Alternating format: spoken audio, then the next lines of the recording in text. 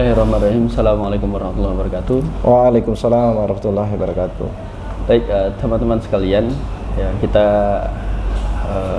hadir kembali ya di dalam FGD Forum Group Discussion yang diadakan oleh Forum Intelektual Muda Tangerang, yang alhamdulillah telah bersama kita narasumber kita yang nanti akan menemani acara kita, yaitu Bung Ridwan. Beliau adalah pengamat kebijakan publik ya, yang insya Allah kita akan bersama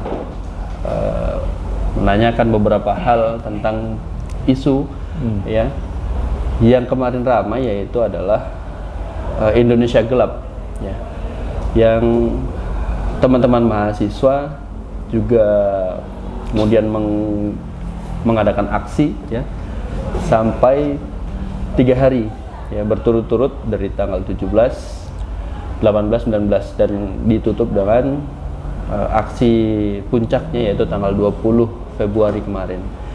Nah, apa sebetulnya dan yang menyebabkan adanya reaksi dari mahasiswa dan juga beberapa kelompok masyarakat ya yang kemudian menuntut ya kepada pemerintah dengan tajuk Indonesia Gelap ini. Nah, kita akan bahas bersama. Baik, assalamualaikum Ustaz. Waalaikumsalam warahmatullahi wabarakatuh. Ya. Baik, terima kasih atas waktunya. Nah. Jadi saya minta tanggapannya terkait dengan apa yang kemudian dituntut oleh mahasiswa ya terkait dengan tajuk Indonesia Gelap itu sendiri, dan juga minta pandangannya ya seperti apa ya, dan apa saja sebetulnya yang faktor-faktor yang mempengaruhi reaksi ya yang menjadikan mahasiswa itu bereaksi sebegitunya seperti itu. Mungkin silakan. Oke, baik. Bismillahirrahmanirrahim. Assalamualaikum warahmatullahi wabarakatuh. Waalaikumsalam. Ya, baik.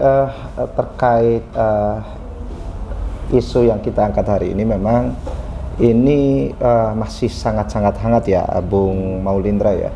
Jadi memang kalau kita mengkaji gerakan yang dilakukan oleh mahasiswa, dalam hal ini Badan Eksekutif Mahasiswa Seluruh Indonesia ya, BMS yang terkenal dengan istilah BMSI, ini dilakukan tidak hanya di Jakarta. Dengar-dengar mereka melakukan bahkan sampai 30 titik ya di seluruh Indonesia, di kota-kota besar di seluruh Indonesia. Itu satu. Yang kedua, gerakan ini itu tidak hanya dilakukan oleh BMSI, tapi juga berafiliasi dengan berbagai gerakan sipil lainnya itu. Ya, itu dilakukan itu. Nah, pertanyaannya kenapa gerakan ini lahir? Mungkin ada baiknya kita mundur beberapa hari sebelumnya ya. Jadi kalau kita ingat beberapa sebelumnya ada kongres dari Gerindra ya. Jadi kalau kita menonton kongres yang diadakan Gerindra, ada beberapa kejadian yang cukup menarik yang bisa kita ulik. Salah satunya adalah bagaimana pernyataan Pak Prabowo. Walaupun yang kita lihat kan Prabowo meneriakan hidup Jokowi ya.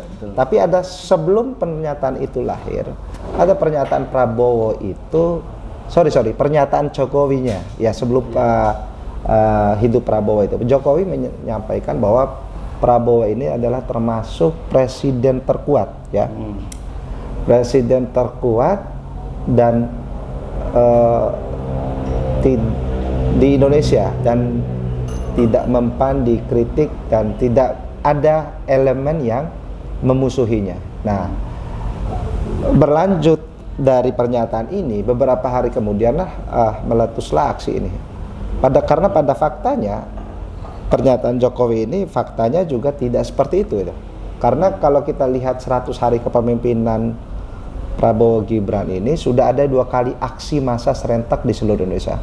Yang pertama itu sebelum mereka dilantik, atau kalau Bung Maulindra dan kawan-kawan sekalian pernah melihat sebuah template di mana itu Garuda Biru ya, dengan tagar Indonesia Darurat itu ya.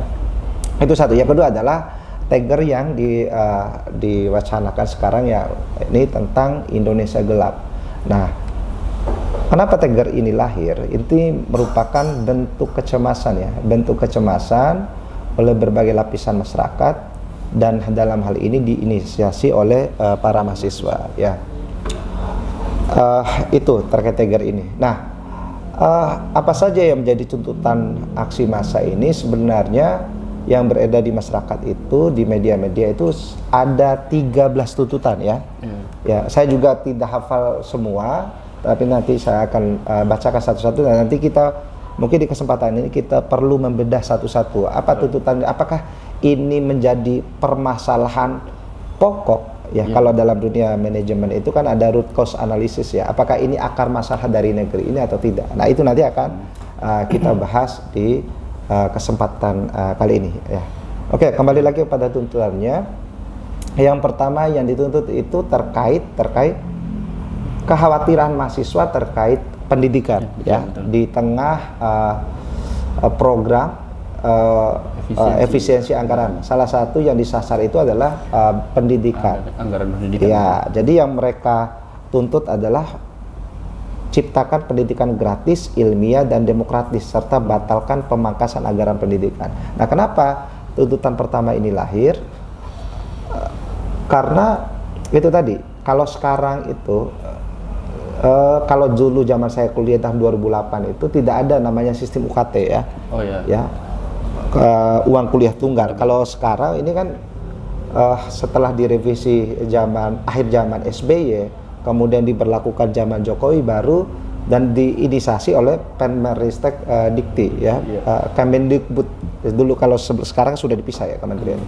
Nah, lahirlah UKT ini. Nah, pada faktanya keberadaan kebijakan adanya UKT ini justru sangat memberatkan mahasiswa dan orang tuanya atau wali mahasiswanya, apalagi nanti dengan dipotongnya anggaran pendidikan. Jadi yang dikhawatirkan mereka ketika terjadi pemotongan anggaran pendidikan, maka salah satu yang disasar adalah UKT-nya ini akan naik ya. Karena di kampus-kampus negeri kalau kita tanya UKT itu rata-rata itu di atas 20 juta. Ya. Saya tanya sepupu saya sekarang yang sedang kuliah di Universitas Negeri Malang ya. Teknik industri UKT-nya sekarang hampir 30 juta per semester. Ya.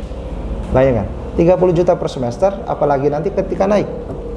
Kalau kita compare dengan kuliah zaman saya dulu, saya per semesternya itu hanya 1.250.000 dulu di Undip. Jadi sangat hampir 20 bahkan 30 kali lipat ya perbedaannya ya.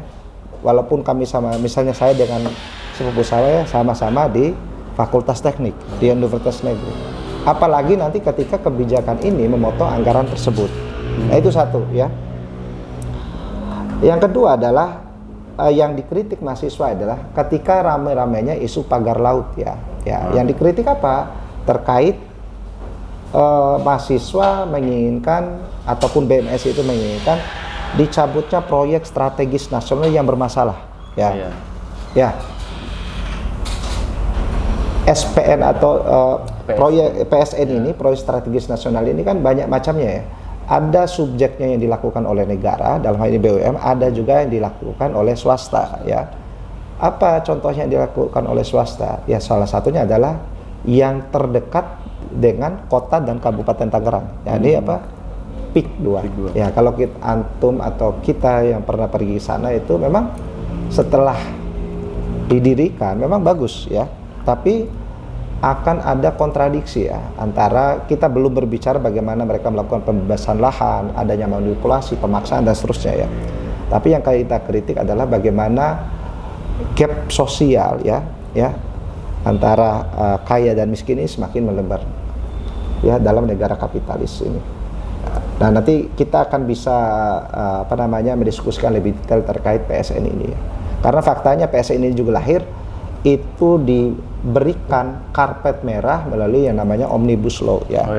Akhirnya negara ya sebagai eksekutor itu berhak melakukan eksekusi di mana itu untuk kepentingan publik, apalagi ini untuk kepentingan proyek strategis nasional ya.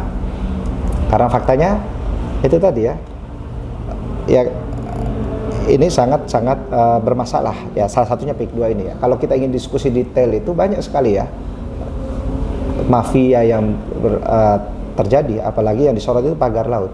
Ya. Padahal jelas itu tidak boleh menjadi hak milik ya. Apalagi kalau kita kaitkan dengan Islam, dalam hal ini syariat Islam. Karena kemarin ada hal yang menarik, ada beberapa ulama yang dalam tanda kutip dibayar untuk mencari dalil-dalil pembenaran ya, apa yang mengatakan ini tanah terlantar dan seterusnya. Oke, itu yang kedua. Ini bagaimana Bung Malino? Kita akan lanjut atau ada penjelasan lebih semua tuntutan ini? Mungkin saya akan respon dulu ya. Oke, terkait dengan dua hal yang tadi dibahas. Yang pertama adalah bagaimana pendidikan gratis ya, atau mahasiswa menuntut agar anggaran pendidikan itu tidak dipangkas, kan seperti itu. Karena salah satu efisiensi anggaran yang digalakkan oleh pemerintah itu salah satunya adalah memangkas anggaran pendidikan, seperti itu. Nah, ada anggapan bahwa ketika anggaran pendidikan ini dipangkas, ya, itu akan berpengaruh terkait dengan beasiswa yang telah dikeluarkan oleh pemerintah sebelumnya atau yang sedang dijalani oleh mahasiswa sekarang, ya, itu akan terganggu. Ya, jadi beasiswa itu akan terganggu atau bahkan mungkin hilang gitu. Nah, apakah benar gitu seperti itu? Nah, itu yang terkait dengan tuntutan pertama. Ya, yang terkait dengan tuntutan kedua, di beberapa forum, ya, forum-forum nasional itu disebutkan bahwa PIK 2 dan PSN itu merupakan proyek yang berbeda. Proyek PSN itu sendiri dan juga PIK itu adalah proyek yang tersendiri seperti itu. Nah, sebetulnya seperti apa PSN dan juga PIK ini? Apakah benar-benar mereka itu terpisah, ya, ataukah memang ya dengan proyek PIK 2 ini pemerintah itu menjadikan proyek PIK 2 itu sebagai PSN seperti itu? Mungkin itu, minta tanggapannya. Thank you untuk Bung Maulindra ya untuk pertanyaan selanjutnya. Yang pertama terkait lanjutan terkait pendidikan tadi ya. Ya, yang kita ketahui memang di era Jokowi ini Jokowi membuat beberapa gebrakan dalam bentuk program-program dalam bidang pendidikan ya. Kita mengenal ada yang namanya PIP ya, program Indonesia Pintar ya. Dengan KIP-nya ya. Ya, KIP-nya itu Kartu Indonesia Pintar. Terus ada yang namanya ya, sebenarnya ini program dari zaman SBY ya, Bidik Misi dan seterusnya. Pada prinsipnya ini program yang cukup bagus ya. Ya, tapi pada fakta di lapangannya ya banyak yang beredar, misalnya kita berbicara terkait program Indonesia Pintar itu ya. Artinya siswa-siswa yang berprestasi itu diberi dalam tanda kutip ya uang saku ya. Ya, tapi faktanya kalau kita lihat beberapa yang viral belakangan ini justru banyak akali ataupun banyak digarong oleh oknum-oknum di lembaga pendidikan tersebut ya, baik itu di sekolah ataupun di dinas pendidikannya ya. Di mana justru siswa-siswa ini mereka mendapatkan ini tapi mereka tidak diberikan uangnya, justru dipakai ataupun diselewengkan oleh oknum di sekolah tersebut. Ya, begitu juga untuk program-program yang disasar dalam di dunia kampus ya. Ya, kaitannya dengan efisiensi anggaran tadi, ya ada pernyataan yang cukup menarik ya dari seorang anggota Banggar ya DPR kalau kita menonton Indonesia Lawyers Club beberapa hari yang lalu ya. Jadi beliau menyatakan ya ini dari fraksi PDIP ya. Beliau menyatakan bahwasanya anggaran di tengah era APBN 2025 saja itu kan kita ada 1.200 triliun ya untuk dialokasikan untuk apa? Untuk membayar hutang berikut bunganya ya, terutama hutang luar negeri. Sehingga porsi untuk anggaran termasuk pendidikan itu dikurangi. Ya, ini belum sebelum terjadi program efisiensi anggaran ini. Jadi porsi untuk pendidikan saja sudah dikurangi. Nah, apalagi dengan adanya efisiensi anggaran ini, ya. Jadi sangat-sangat dikurangi dan sangat-sangat berimbas. Karena memang mengerikan itu, ya. Impact dari karena ini bukan himbauan, tapi ini adalah instruksi Presiden dalam bentuk Impresnya ya, nomor 1 tahun 2025 ini.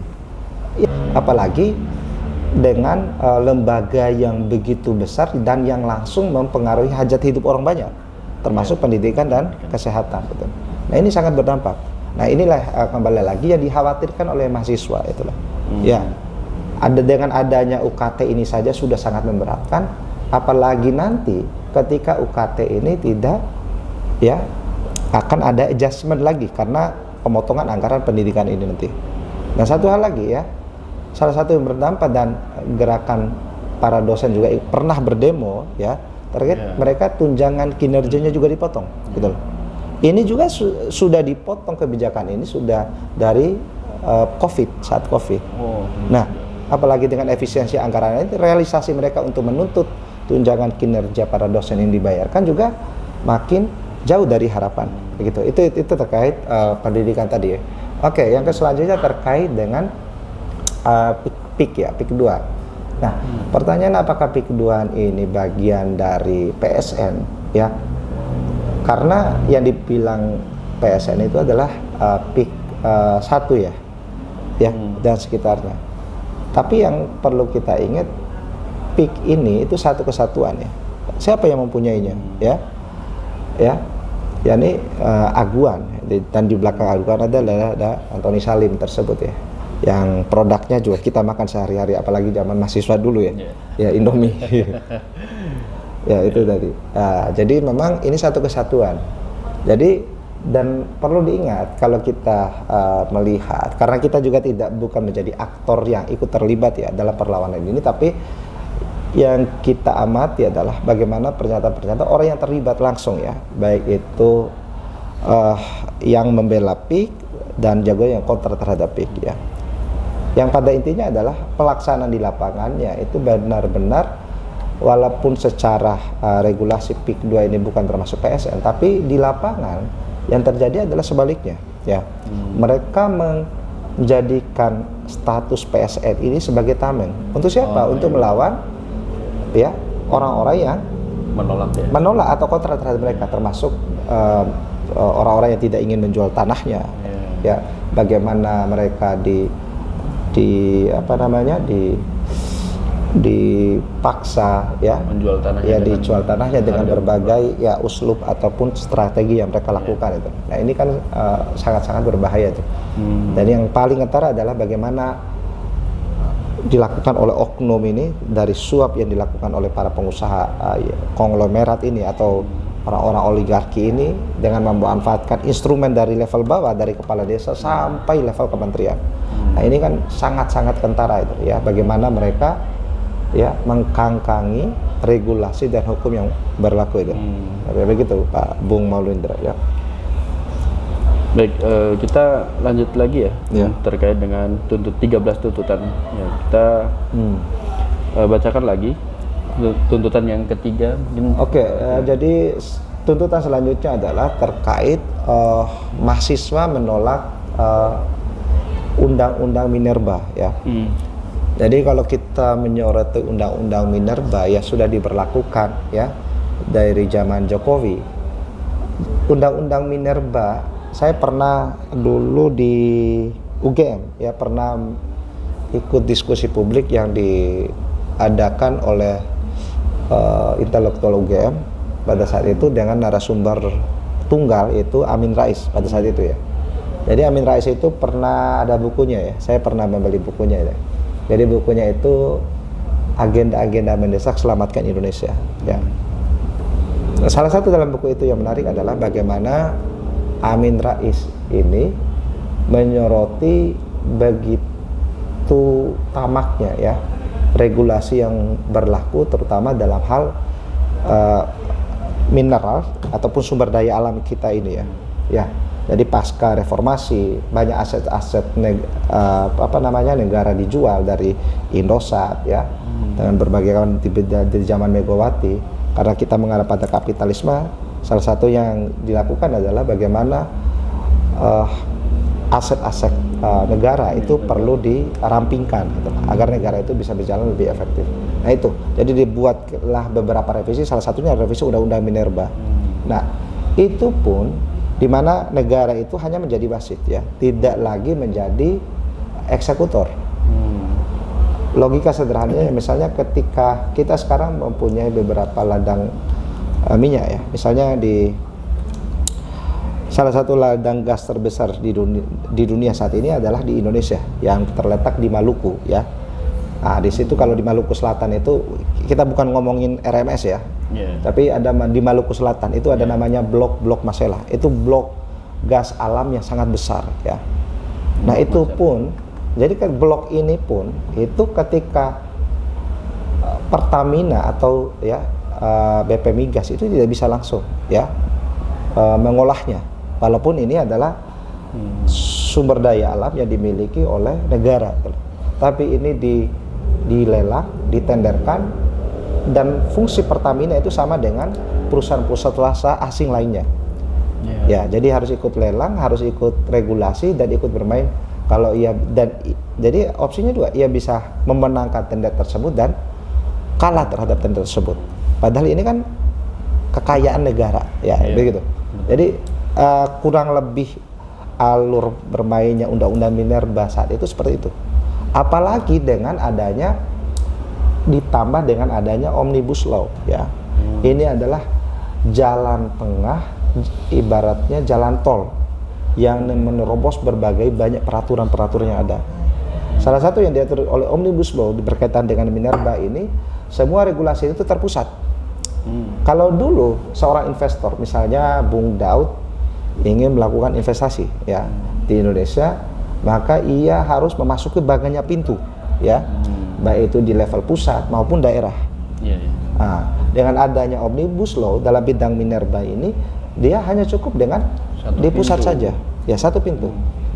Nah, tapi fakta yang terjadi di lapangan itu tidak seperti itu. Kita bisa lihat ya, kalau kita lihat berbagai video dokumenter ya, salah satu yang paling banyak menyoroti terkait dampak buruk eksekusi ataupun realisasi dari Undang-Undang Minerba ini adalah apa yang disorot oleh aktivis Dandi Laksono dan kawan-kawannya itu ya. Jadi mereka punya bahkan sudah 3 kali ya misi keliling Indonesia mengamati dampak sosial di tengah-tengah masyarakat, dan salah satu yang disorot itu adalah terkait pelaksanaan Undang-Undang Minerba ini ya, apalagi dengan adanya Omnibus Law ya. Jadi dampak terhadap masyarakat itu begitu besar ya. Nah, ini ada kaitannya dengan masyarakat adat nanti, salah satu tuntutan yang dilakukan oleh BMSI ini. Itu tadi ya, yang disorot itu bagaimana dampak terhadap lingkungan dan sosial. Nah, salah satu video yang menarik di dokumenter Watchdog itu adalah terkait menyoroti bagaimana pengelolaan nikel ya yang terjadi di Sulawesi Tenggara, di Morowali, dan juga di Maluku ya, di Halmahera, Maluku Utara. Itu begitu sangat amburadul ya, dan dari lingkungannya di situ kacau balau, begitu tercemar. Jadi salah satu scan yang cukup menarik adalah bagaimana nelayan yang puluhan tahun ya hanya mengambil ikan itu hanya paling jauh hanya 20 meter dari bibir pantai. Sekarang mereka harus ya berlayar bahkan puluhan kilometer dari bibir pantai untuk mendapatkan ikan. Kenapa? Area teluk tersebut sudah tercemar oleh limbah dari nikel tersebut. Begitu juga pertaniannya tercemar dan seterusnya. Nah, jadi ini menjadi pertanyaan ya, adanya Undang-Undang Minerba ya dan Omnibus Law itu tidak ada dampak langsung untuk kesejahteraan masyarakat, apalagi lingkungan ya. dan rata-rata juga masyarakat lokal, masyarakat adat itu hanya jadi penonton. Ya, mereka tidak bisa menikmati kekayaan yang ada di bawah bumi, di bawah kakinya sendiri itu. Nah, itu satu. Yang kedua adalah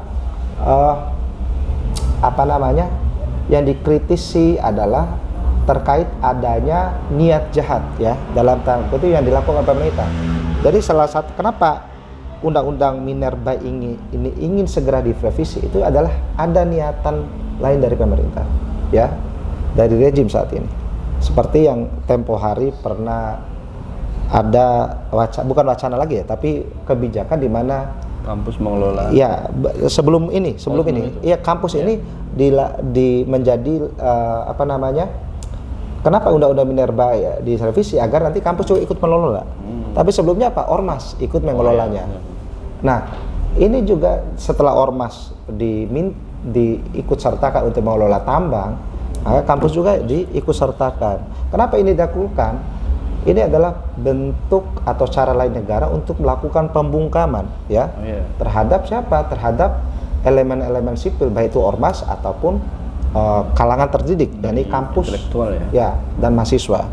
Nah, maka dari itu kenapa Undang-Undang Minerba ini ingin direvisi, gitu ya. Ya, jadi kalau kita melihat political will pemerintah ini memang kalau ia jujur ingin mensejahterakan rakyat, seharusnya ada yang jauh lebih urgent ya. Kalau ingin cepat melegalkan atau merealisasi undang-undang legislasi adalah terkait undang-undang perampasan aset untuk para koruptor. Itu yang justru lebih urgent atau ya lebih mendesak daripada undang-undang Minerba ini. Ya begitu. Ya itu kurang lebih dari saya. Itu baru poin terkait undang-undang Minerba. Nah, selanjutnya terkait hapuskan multifungsi ABRI. Ya, ini tuntutan keempat ya yang dilakukan oleh gerakan mahasiswa ini.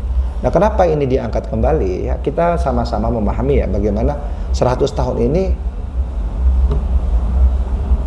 kalau kita jeli melihatnya, banyak pejabat-pejabat eselon 1, 2 ya, kita tidak berbicara kementerian ya. Karena banyak menteri juga diisi oleh kalangan militer ya. Termasuk yang terbaru itu bagaimana ketua umum Bulog itu dijabat oleh siapa? Oleh perwira aktif dari militer. Nah, ini kan ini yang dikhawatirkan ya. Bukan purnawirawan, tapi masih perwira aktif ya, dijabat untuk militer ya. Nah, ini salah satu yang dikhawatirkan itu. Padahal salah satu tujuan reformasi adalah mencabut dwi fungsi ABRI ya. Jadi kalau semua pejabat-pejabat ya, eselon-eselon ini semua diisi oleh militer, jadi bisa dikatakan tujuan dalam tanda kutip mulia dari reformasi itu gagal itu. Untuk apa? Untuk mencabut dwi fungsi ABRI. Karena pada faktanya sekarang tren diisi oleh militer itu mulai terasa, termasuk kemarin misalnya zaman Jokowi itu kita banyak melihat fungsi kerja tidak sesuai dengan tupoksinya ya. Bagaimana menteri yang harusnya ahli dalam bidang keuangan mengurusi perikanan, bagaimana menteri yang ahli dalam bidang pertahanan justru mengurusi urusan pangan. Ya karena Rasulullah sendiri sudah mewanti-wanti, padang siapa yang ya bekerja dan dia bukan ahli, maka apa yang menjadi hasil kerjanya itu tidak akan optimal, bahkan bisa dikatakan gagal itu. Seperti yang dilakukan oleh Menteri Prabowo pada zaman Jokowi ya. Bagaimana ia seorang menteri pertahanan tapi diminta untuk mengurusi pangan. Ia membuka lahan jutaan hektar ya di Papua dan Kalimantan. Tapi apa yang dirasakan?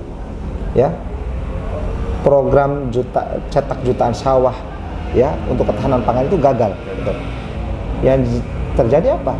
Lahan yang dulunya itu adalah hutan alami ya, hutan vegetatif alami justru dibabat habis. Nah, ini kan sangat-sangat menyedihkan itu ya. Jadi itu begitu juga ya intinya memang ini harus ditolak gitu. Bagaimana apa yang dilakukan tuntutan mahasiswa ini memang realistis, dan saya juga merasakan dulu juga tergabung di BMSI ya. Kita sebelum melakukan sebuah tuntutan itu biasanya dilalui dengan berbagai kajian ya, kajian-kajian di lingkungan kampus mengeluarkan press release, jadi baru nanti ada tuntutannya. Jadi itu melalui tahap pengkajian, tidak ujuk-ujuk lahirnya sebuah tuntutan, tapi itu melalui atau dilandasi oleh kajian terlebih dahulu, begitu.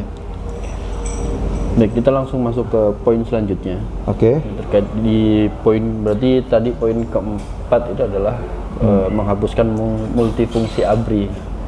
Mungkin silahkan di. Oke, selanjutnya yang dituntut oleh BMSI ini adalah terkait dengan bagaimana mereka ingin secepatnya disahkan undang-undang terkait masyarakat adat ya. Ya, ini ada kaitannya dengan terkait yang saya singgung di poin 3 tadi ya, bagaimana terkait investasi, undang-undang Minerba. Karena faktanya masyarakat adat ini kondisi sekarang itu benar-benar terpinggirkan ya. Misalnya di Papua, rata-rata masyarakat adat itu mereka menguasai lahan yang begitu luas ya. Termasuk kalau kita flashback sejarah ya, yang sekarang berdirinya Freeport Indonesia ini adalah lahan masyarakat adat pada awalnya. Saya lupa nama sukunya ya, tapi ini dua suku yang dipaksa di rejim Orde Baru itu disingkirkan, direlokasi karena di gunung tersebut atau pegunungan tersebut ada emas dan tembaganya, maka direlokasi. Padahal secara turun-temurun mereka memiliki lahan ataupun tanah tersebut. Nah, itu terjadi di Freeport. Begitu juga di misalnya yang dilakukan oleh Haji Isham ya. Bagaimana Haji Isham sekarang membuka lahan untuk lahan pangan di Papua Selatan ya, di daerah Merauke sana. Ya, sama ya, terjadi konflik agraria ya. Ya, masyarakat ada penolaknya. Karena mereka dari turun-temurun mengklaim bahwa itu adalah hutan adat mereka. Tapi karena kita regulasi pemerintah ya, kita ada namanya tata hukum tata tata agraria dan seterusnya, itu harus ada hak milik. Namanya masyarakat adat memiliki hutan sekian atau 100 hektar dan seterusnya, itu tidak punya hak milik gitu loh. Tapi dan itu dianggap sebagai tanah negara atau hutannya negara. Jadi sekalipun sudah ratusan tahun mungkin masyarakat itu menduduki tempat tersebut ya, berarti tetap dianggap ya kalau itu punya negara, ya. Jadi wajar punya negara, ditambah adanya PSN, ditambah adanya Omnibus Law, itu menjadi senjata yang digunakan negara untuk apa? Untuk memberangus keberadaan masyarakat adat ini. Dan masyarakat adat ini dengan adanya undang-undang Minerba, adanya Omnibus Law adalah objek yang paling menderita, terpinggirkan itu. Dan mereka yang menjadi ya itu tadi menjadi objek penderita dalam pelaksanaannya, baik itu di Papua ya di Halmahera, termasuk di di Kalimantan. Bagaimana hutan-hutan adat itu dibabat habis dan diganti dengan sawit gitu. Ya, itu terkait masyarakat adat. Jadi masyarakat adat ketika undang-undang ini ya itu tadi, kalau kita ingin kritik DPR, urgensi yang paling urgent itu di samping perampasan aset adalah undang-undang ini. Ya, bagaimana masyarakat adat ini benar-benar diprioritaskan itu loh. Karena mereka ratusan tahun bahkan sebelum ada Negara Kesatuan Republik Indonesia, mereka sudah ada di situ gitu. Betul. Ya. Karena mereka tidak punya legalitas memiliki tanah tersebut, maka dianggap itu sebagai tanah negara. Nah, ini sangat tidak adil itu. Tapi kembali lagi, karena ini adalah sistem kapitalisme, selama itu menguntungkan negara, maka negara akan melakukan berbagai macam cara untuk mengambilnya, termasuk dengan militaristik. Jadi kalau kita ingin diskusi panjang lebar nanti kenapa adanya OPM dan seterusnya, gerakan-gerakan seperti OPM ya karena tadi adalah bentuk ketidakadilan negara terhadap masyarakat sipil dan termasuk masyarakat adat begitu. Mungkin saya menanggapi sedikit ya terkait dengan bagaimana masyarakat adat itu seakan-akan menjadi masyarakat yang terpinggirkan. Padahal sebelum adanya NKRI mereka sudah ada di situ gitu. Tapi begitu sulitnya mereka itu mendapatkan katakanlah surat tanah ya secara sah secara hukum ya. Tapi begitu mudahnya ketika itu diakui oleh negara sebagai tanah negara, kemudian ada asing yang kemudian ingin menempati ya di tempat tersebut ya, atau katakanlah swasta. Oke. Dari pihak swasta atau bahkan asing yang kemudian ingin menempati tempat tersebut, seakan-akan dipermudah seperti itu. Nah ini saya minta tanggapannya, Bung. Ya itu tadi ya, kalau kembali kepada saya mengutip pernyataan Bahlil ya. Jadi kalau Anda nasionalis, maka tetap tinggallah di Indonesia ya. Kalau Anda keluar dengan tagar keluar aja dulu, itu Anda tidak nasionalis ya. Satu hal lagi, Pancasila, kalau kita teriak saya Pancasila, di mana salah satu sila terakhirnya adalah keadilan sosial bagi seluruh Indonesia, maka sejatinya orang-orang yang membuat kebijakan-kebijakan ini sebenarnya tidak Pancasilais ya. Yeah. Ya, karena faktanya mereka teriak Pancasila, ujung-ujungnya mereka yang korupsi. Yeah. Termasuk yang sekarang Beberapa kasus. ya. Ya. Yeah. Si Yakult ini masih sampai sekarang belum tahu ya. Yeah. Jadi Ya, kabur aja dulu. Ya, karena mungkin itu karena dia ya saking taatnya sama tagar kabur aja dulu ya, dia kabur duluan itu begitu. Ya, nah, itu tadi. Jadi kembali lagi sila terakhir ini faktanya itu tidak terrealisasi gitu ya. Bagaimana ketimpangan dan ketidakadilan sosial itu di tengah-tengah masyarakat, termasuk apa yang dialami masyarakat adat ini. Ya, jadi kembali lagi ya. Jadi karena kita negara ini tidak jelas arahnya, tidak jelas ideologinya, ya. Karena faktanya Pancasila itu kalau kita mau jujur itu adalah cita-cita saja, cita-cita atau nilai-nilai dasar yang ingin diraih oleh bangsa ini. Yeah. Instrumen yang dipakai apa? Ya salah satu ideologi yang ada di dunia. Entah itu sosialisme yang dilakukan di era Orde Lama, ya.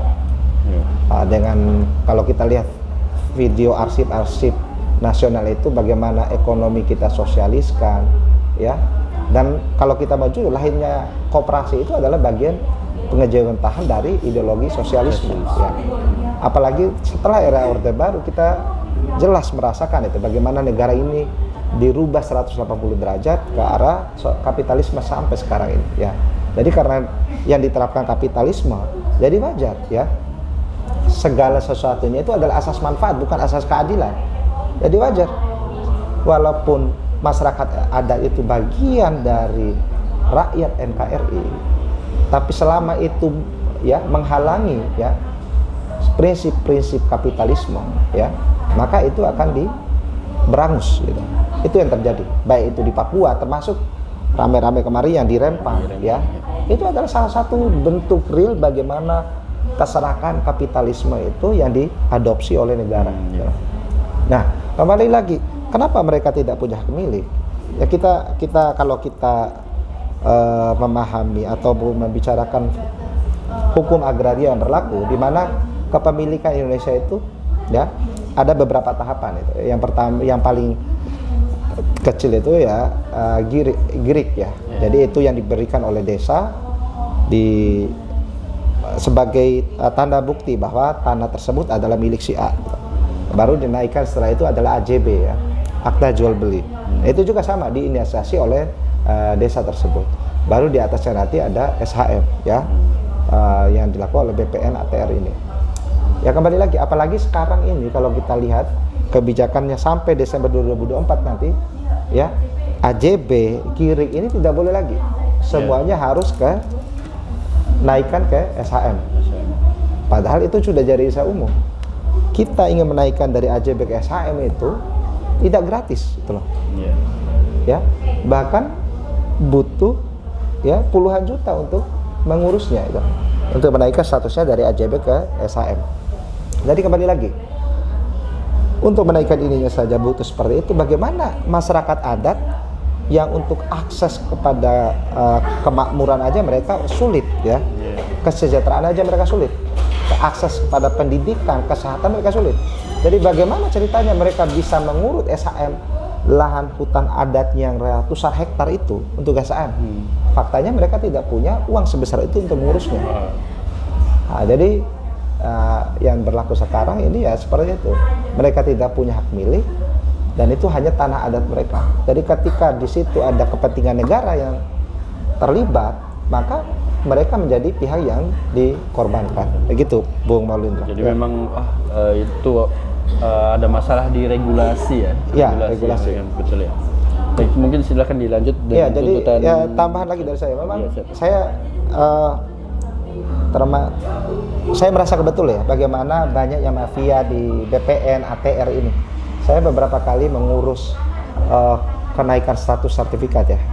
Ya, saya pernah ada yang di Serang itu ngurus AJB-nya saja ya, bayar pajak jual dan beli dengan aset ya 200 meter persegi yang di situ ada bangunan, itu habis 30 juta lebih. Itu harus hanya untuk ngurus AJB dari pemilik yang lama ke pemilik sebelumnya.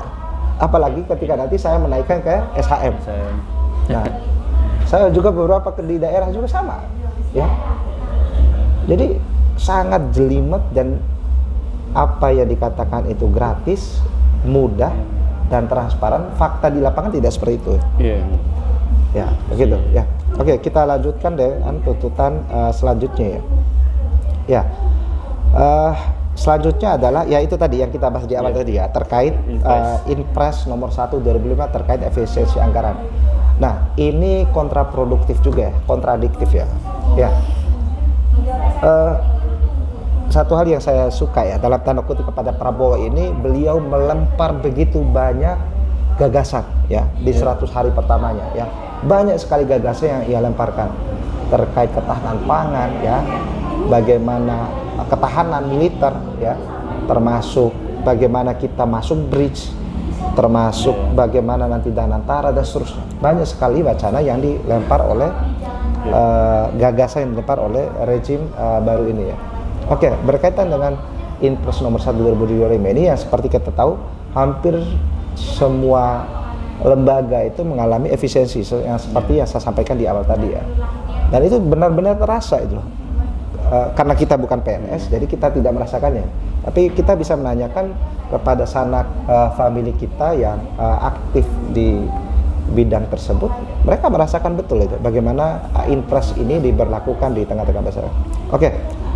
Yang perlu kita kritisi adalah pertama yang satu hal yang ingin saya kritis adalah terkait dengan kontradiktifnya ya, wacana efisiensi anggaran dan praktek kabinet yang begitu gemuk. Oh ya. Ya. Jadi ini adalah kabinet yang tergemuk selama Indonesia berdiri, itu satu. Dan kalau kita hitung-hitung ya, dari menteri ya, wakil menteri ya, ketua badan lembaga ya, non kementerian, staf khusus, itu kalau dihitung ada salah seorang ahli yang menghitungnya, sekarang itu ada 528 pejabat ya dalam kabinet ini saja, 528 pejabat, termasuk yang baru diangkat itu yang kepalanya botak itu, yang katanya sebagai smart people ya. Ya begitu ya. Itu jadi 528 pejabat gitu. Ini kita belum berbicara mengenai fasilitas yang mereka dapatkan. Ya. Kalau memang serius ya dilakukan efisiensi anggaran, maka harusnya dari kepalanya dulu ya yang diefisiensikan anggarannya, fasilitasnya, bukan yang level di bawah. Level di bawah ini apalagi tinggal di ibu kota itu sangat terbatas kebutuhannya ya. Jadi harusnya yang di atas ini dulu yang diefisiensikan gitu. Efisiensikan tidak hanya dalam bentuk fasilitas, tetapi kabinetnya, pejabat-pejabatnya juga diefisienkan ya, minimal mengikuti zaman Jokowi. Bukan karena saya pro Jokowi ya, ataupun saya fans sama Jokowi, tapi minimal seperti itu. Tapi itu satu. Yang kedua adalah komunikasi politik yang dilakukan oleh pemerintahan ini sangat kacau ya. Ya, misalnya mereka membandingkan terkait kegemukan kabinetnya ini dengan negara-negara seperti Vietnam, ya, Thailand, termasuk yang terakhir dari Timur Leste, mantan provinsi di Indonesia, gitu loh. Katanya kita ini penduduknya besar, tapi mereka lupa kenapa tidak dibandingkan dengan China ya, yang penduduknya 1,4 miliar, di mana kabinetnya itu hanya 26. Atau bandingkan dengan India. India penduduknya 1 miliar lebih juga, tapi penduduk kabinetnya hampir sama dengan China. Jadi ini itu satu kontraproduktifnya. Yang kedua adalah kontraproduktifnya adalah terkait ya komunikasinya ini yang menurut saya sangat kacau ya. Komunikasi pemerintahan ini adalah terkait tujuan efisiensi anggaran. Ya. Nah, kalau kita melihat pernyataan para pejabat ya dari Sesnek ataupun beberapa wakil menteri yang disampaikan ke publik di awal apa ya, karena nanti ketika kita di kuartal pertama saja katanya ketika efisiensi anggaran dapat 300 triliun. 300. Nah, ini nanti akan dibangunkan sekolah ya termasuk untuk makan bergizi itu memang diambil ya 24 triliun, termasuk bagaimana pernyataan dari Maura Sirait ya, Menteri Perumahan Rakyat, itu juga akan ke arah sana ya. Tapi beberapa masa kemudian yang kita lihat apa, justru dana hasil efisiensi ini akan ditarik kemana? Ditarik ke sebuah badan khusus yang sudah didirikan ini yang namanya Danantara ya. Danantara dialihkan ke sana semua. Nah, pertanyaan saya, Danantara ini itu nanti efektif atau tidak ya? Karena tujuan Danantara ini kan nanti aset kekayaan ini akan diinvestasikan dari berbagai instrumen-instrumen yang mempunyai keuntungan ya untuk ketika itu diinvestasikan. Nah, kalau kita berkaca misalnya zamannya Jokowi, Erick Thohir itu pernah melakukan investasi ya, BUMN, dividen BUMN salah satunya diinvestasikan ke mana? Ke Goto ya. Goto yang sebuah badan usaha swasta yang merger antara Gojek dengan Tokopedia. Itu diinvestasikan. Memang di awal IPO Goto ini sahamnya begitu bagus gitu. Nah, negara dalam hal ini BUMN, Kementerian BUMN ini melakukan investasi ke sana. Tapi kalau kita misalnya ada sanak saudara kita yang bermain saham, kita lihat saja tren saham Goto itu sudah jatuh bebas. Artinya apa? Negara saja dalam hal ini BUMN Erick Thohir itu mengalami kerugian dalam hal ini. Apalagi nanti Danantara yang asetnya jauh puluhan kali lipat lebih besar. Ya, bagaimana transparansinya? Ya, apakah ini nanti terbebas dari korupsi atau kolusi? Tidak ada yang tahu. Nah, begitu. Jadi ini sangat-sangat berbahaya. Betul. Apalagi nanti katanya akan dibuat sebuah bank emas gitu. Ya, ini kan jadi seperti yang saya sampaikan sebelumnya tadi, memang saat ini tuh banjir gagasan. Ya, 100 hari pertama banjir gagasan. Tapi bagaimana realisasinya ya nanti, ya fakta yang sebelum-sebelumnya saja seperti itu, apalagi nanti itu. Jadi memang saya sangat menyaksikan ya Danantara ini nanti berhasil atau tidak. Ya. Kita belum berbicara lagi terkait apakah sudah ada kajian ya efisiensi anggaran ini. Kenapa BIN ya, DPR ya, kepolisian termasuk oke lah kalau misalnya Kementerian Pertahanan tidak dipotong karena berkaitan dengan geopolitik saat ini yang terus memanas ya, baik itu dengan Laut Cina Selatan ataupun antara blok Rusia China dengan Amerika Serikat dengan NATO-nya gitu. Oke lah, itu mungkin urgensinya karena kita ke depan dalam Kementerian Pertahanan kita akan membeli 42 Rafale ya, pesawat tempur generasi keempat dari Prancis. Kita membeli berbagai banyak fregat, kapal-kapal tempur. Kita juga membeli ya drone terbaru itu dengan Erdogan, kita membeli TB3 ya, Arkinci, itu yang begitu besar. Ya oke, itu tidak dipotong anggarannya. Tapi bagaimana dengan kepolisian? Ya, padahal banyak sensus dari berbagai lembaga di Asia Tenggara saja. Ya, indeks korupsi tertinggi kepolisian di Asia Tenggara paling pertama di mana? Kepolisian Indonesia, itu loh. Ya. Dan apalagi yang rame-rame belakangan ini itu, apa yang dilakukan oleh grup band Sukatani itu, ya. Apa yang mereka nyanyikan itu adalah bentuk ekspresi nyata ya keadaan di tengah-tengah masyarakat. Bagaimana institusi ini benar-benar bobrok gitu. Ya. Jadi pertanyaannya kenapa mereka tidak dipotong anggaran, justru dinaikkan anggarannya? Apakah karena mereka berhasil ya merealisasikan atau memuluskan agenda-agenda ya para pengelola rejim ini, baik itu di pilkada ataupun pemilu sebelumnya, sehingga mereka diberikan reward kenaikan anggaran? Dan urgensinya apa itu? Karena faktanya institusi ini sekali lagi adalah institusi yang bobrok gitu, yang perlu segera direformasi total gitu. Jadi kembali lagi, kenapa justru yang dipotong adalah kementerian atau badan yang justru ada kaitan langsung dengan masyarakat. Baik itu pendidikan, kesehatan, BRIN, ya Badan Riset Nasional. Saya ingin sampaikan saja, BRIN ini, jadi kebetulan istri saya dapat beasiswa dari BRIN. Jadi di BRIN itu ada beberapa beasiswa ya, ada beasiswa riset ya, ada beasiswa. Kebetulan istri saya itu dapat langsung pembayaran risetnya di awal ya, di UI ya. Jadi di awal, jadi tidak kena pemotong anggaran. Tapi ada beberapa koleganya itu yang kuliah di kampus yang sama di UI. Tapi karena mereka mendapatkan beasiswa per term ya, ya sekarang terdampak ya. Karena BRIN sendiri itu 50% anggarannya dipotong, termasuk risetnya semua dipotong, termasuk banyak mahasiswa mendapatkan beasiswa dari BRIN itu dipotong semua. Jadi ini kan harusnya ini berimpak kalau negara ingin maju. Salah satunya adalah bagaimana ya mengedepankan dalam urusan riset.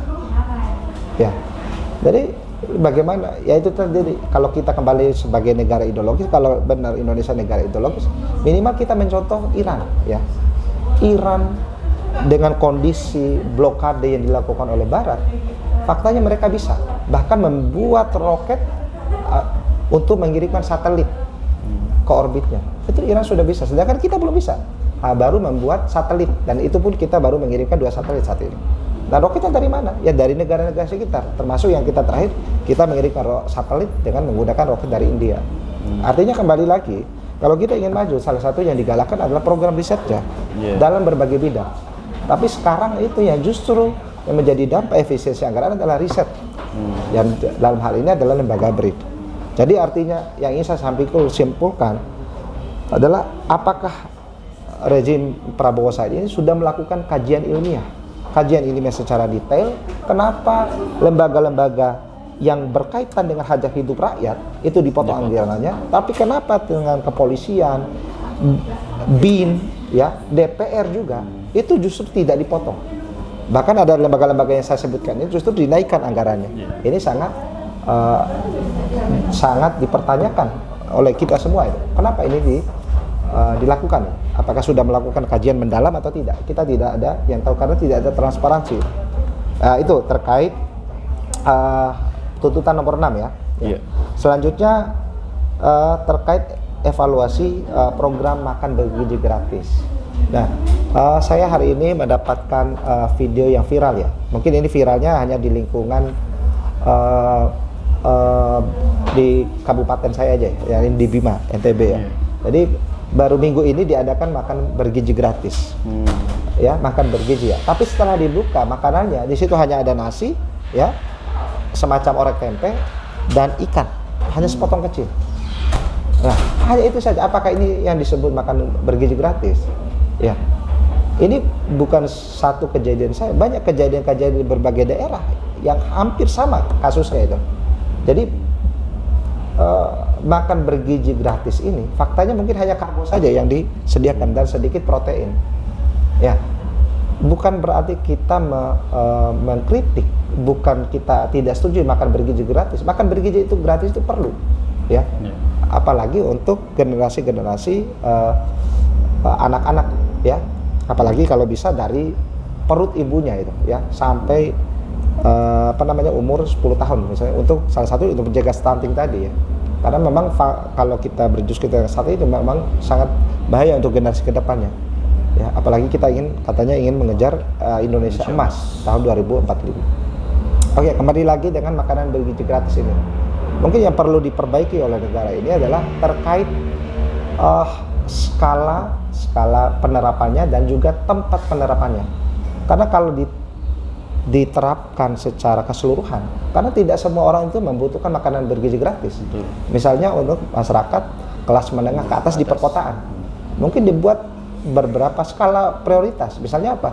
Kalau di perkotaan ya bisa dilakukan. Untuk siapa? Untuk masyarakat miskin kota, ya, termasuk pemulung, anak-anak pemulung, ya, ataupun misalnya orang masyarakat atau lapisan masyarakat di daerah terbelakang, itu mungkin membutuhkan makanan bergizi gratis. Tapi kembali lagi, ketika program ini digalakkan dan mengorbankan program-program yang saya sebutkan sebelumnya, ini sebenarnya sangat tidak adil.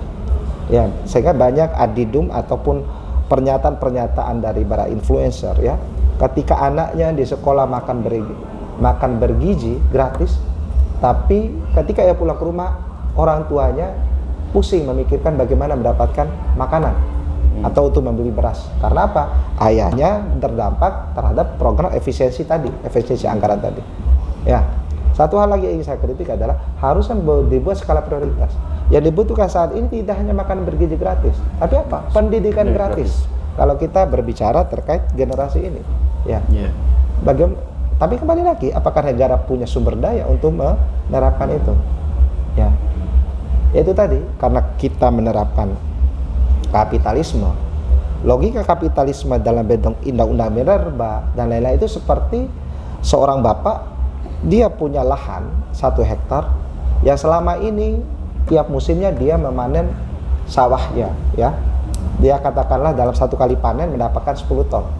Tapi dengan adanya kapitalisme masuk ke sana, bapak ini menyewakan, ya, sawahnya kepada investor.